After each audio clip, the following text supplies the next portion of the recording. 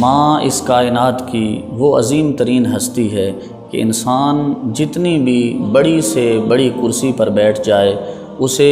کتنا ہی پروٹوکول مل جائے، اسے وہ سکون میسر نہیں آتا، اسے وہ بلندی حاصل نہیں ہوتی جو اسے ماں کے قدموں میں بیٹھ کے ملتی ہے۔ سمندروں کا پانی اپنی گہرائیوں کے باوجود خشک ہو سکتا ہے، لیکن اولاد کے لیے ماں کے دل میں جو پیار کا پانی ہوا کرتا ہے وہ کبھی بھی خشک نہیں ہوتا۔ اللہ جل شانہ نے والدین کے ساتھ اور بالخصوص ماں کے ساتھ حسن سلوک کرنے کا حکم ارشاد فرماتے ہوئے ارشاد فرمایا، وَوَصَّيْنَا الْإِنسَانَ بِوَالِدَيْهِ إِحْسَانًا حَمَلَتْهُ أُمُّهُ كُرْهًا وَوَضَعَتْهُ كُرْهًا، فرمایا ہم نے انسان کو اپنے والدین کے ساتھ حسن سلوک کی وصیت فرمائی ہے،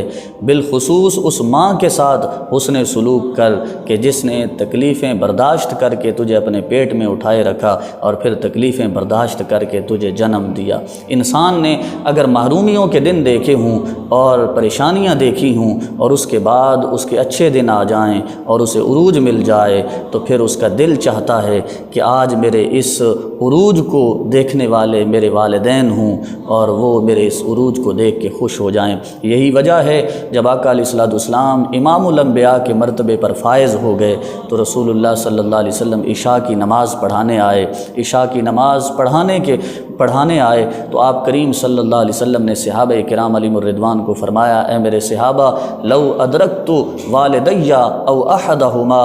آج کاش میرے والدین زندہ ہوتے یا ان میں سے کوئی ایک زندہ ہوتا، اور وَأَنَا فِي صَلَاةِ الْعِشَاءِ، میں عشاء کی نماز پڑھا رہا ہوتا، وَقَدْ قَرَأْتُ فَاتِحَةَ الْكِتَابِ، اور سورہ فاتحہ کی تلاوت بھی کر چکا ہوتا۔ سورہ فاتحہ کی تلاوت کا اس لیے فرمایا کیونکہ نماز کے ارکان میں سے ایک اہم رکن ہے سورہ فاتحہ کی تلاوت۔ سورہ فاتحہ،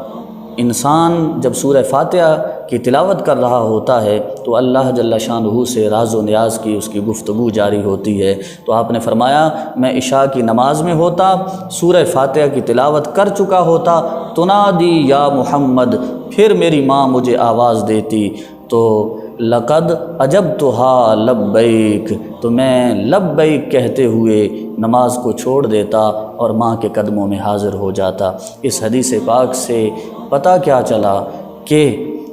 انسان اگر نماز کے اندر بھی ہو اور ماں بلا لے تو انسان نماز کو چھوڑ کے جا سکتا ہے۔ اسی لیے محدثین نے لکھا کہ اگر کوئی شخص